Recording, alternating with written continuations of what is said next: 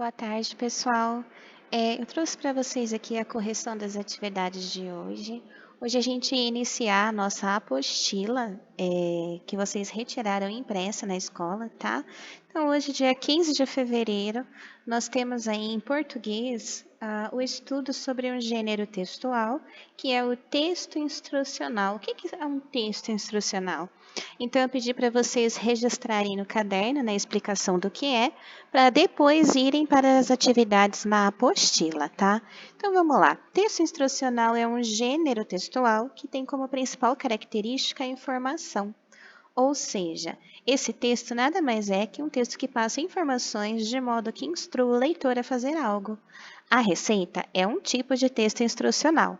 O objetivo, então, é instruir o leitor acerca de um determinado procedimento que leve ao resultado esperado. Então, o texto instrucional, ele vai te instruir, ele vai te ensinar, ele vai dar o passo a passo de como fazer determinada coisa para que a gente consiga alcançar o resultado desejado.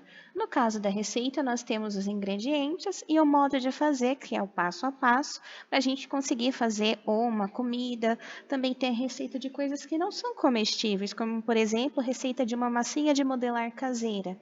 A massinha de modelar não é para comer, é para brincar.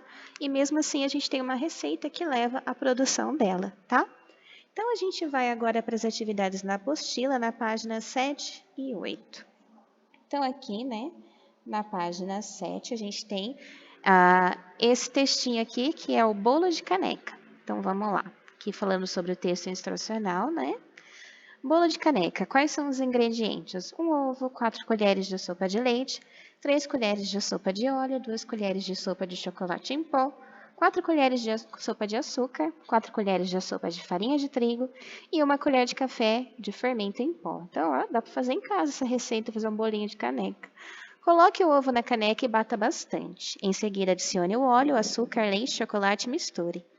Acrescente a farinha de trigo e o fermento e misture até ficar homogêneo, né? Aquela mistura que a gente não consegue distinguir, é uma coisa só.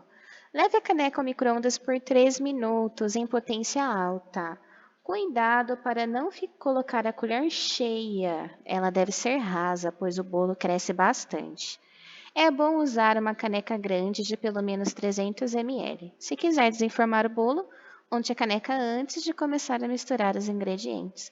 A gente tem aí uma receita, né, que ensina a gente a fazer um bolo de caneca. Então, vamos lá. A receita acima é dividida em quantas partes? Então, vamos dividir as partes delas aqui para a gente poder visualizar. A gente tem a parte dos ingredientes, a gente tem o modo de fazer e a gente tem uma dica aqui no final, tá? Então, nós temos ao todo 3 partes. Então, resposta certa, 3 partes, tá? Tem 3 partes aqui na receita. Letra D. A alternativa em que aparecem alguns ingredientes utilizados na receita é ovo, leite e farinha de mandioca. A gente não tem farinha de mandioca, a gente tem farinha de trigo, né?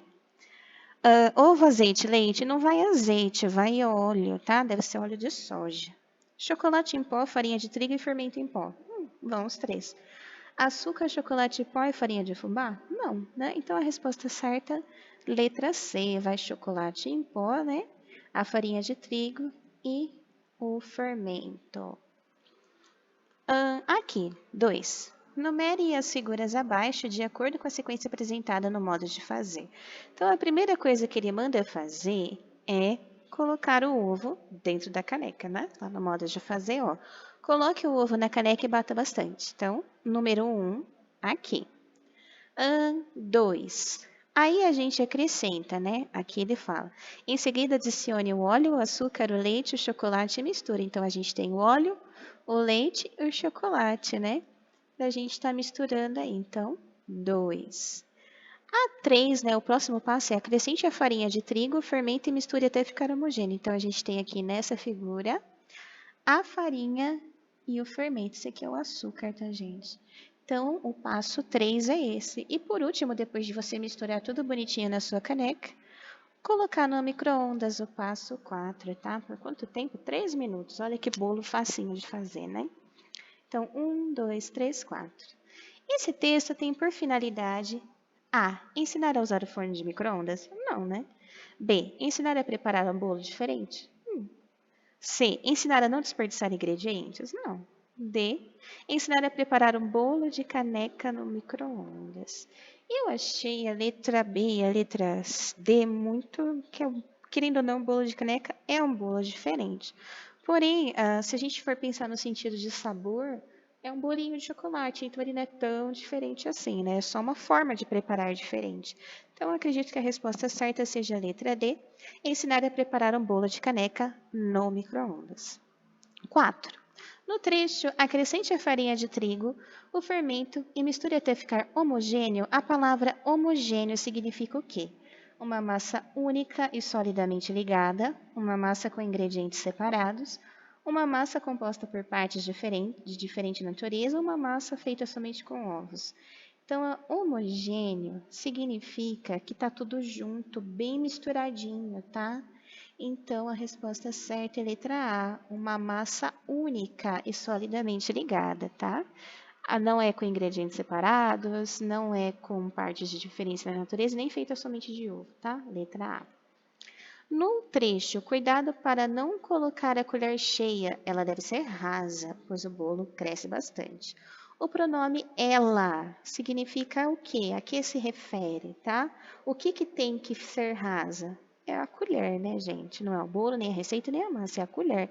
Se a colher não for rasa, a gente vai encher muita caneca e vai aí transbordar na hora de fazer a receita. Então, letra C, a colher.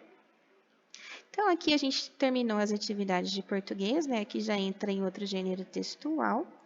E agora a gente vai para a atividade de matemática, que pede para a gente fazer o bloco 1, da página 55 até a página 57. Então, vou colocar aqui a página 55.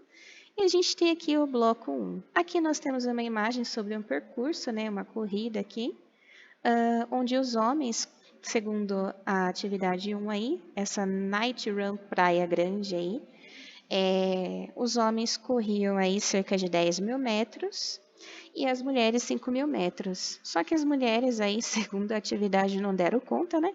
E só correram metade, algumas, não todas, tá? Só correram metade da prova. Então, qual seria a metade de 5 mil metros, tá? Essa é a questão, ó. Como que a gente vai saber? Ou você, quem já sabe fazer a divisão, pega 5 mil, divide por 2, tá? Ou você pensa assim, você pode pegar as opções que tem, né?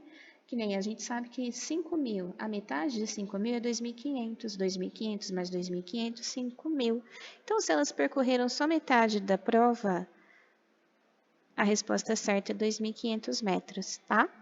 Tenho certeza que tem um monte de homem que não deu conta de correr nem os 1.000 primeiros metros, tá, gente?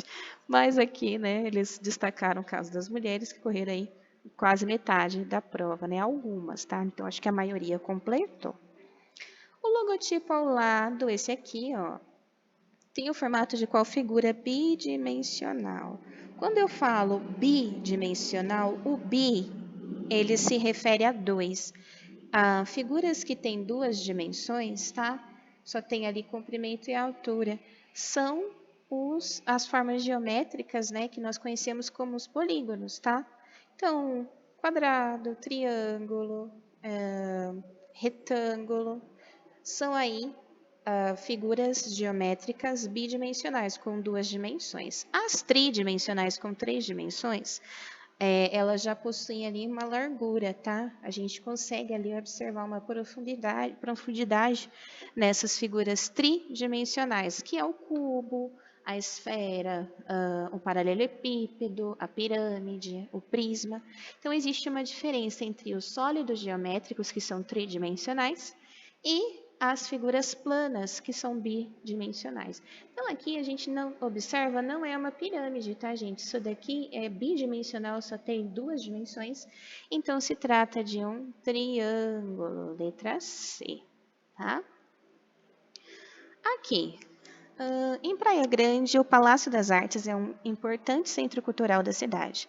Também conta com a Sala Serafim Gonzalez, onde são apresentadas diversas peças teatrais e espetáculos. A sala tem capacidade para 523 lugares.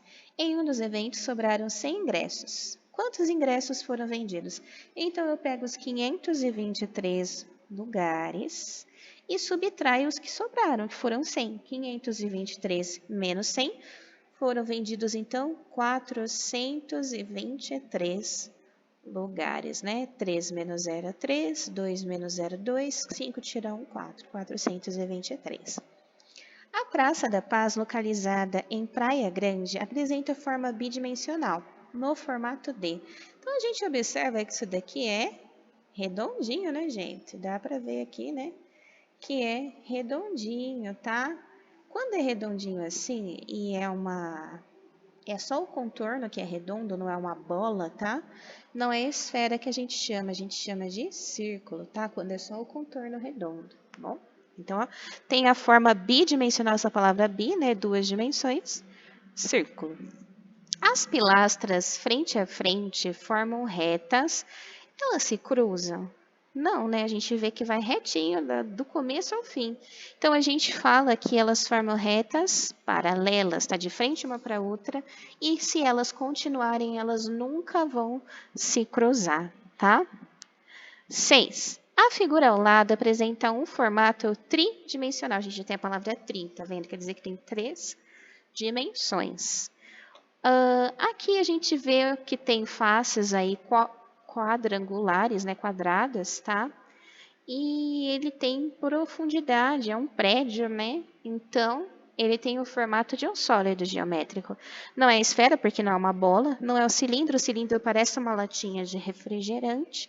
E não é o quadrado, porque ela é tridimensional, né? Tem 3 dimensões. Então, quem tem faces quadrangulares e é tridimensional é o cubo, tá bom? Então, tem um formato que lembra um cubo.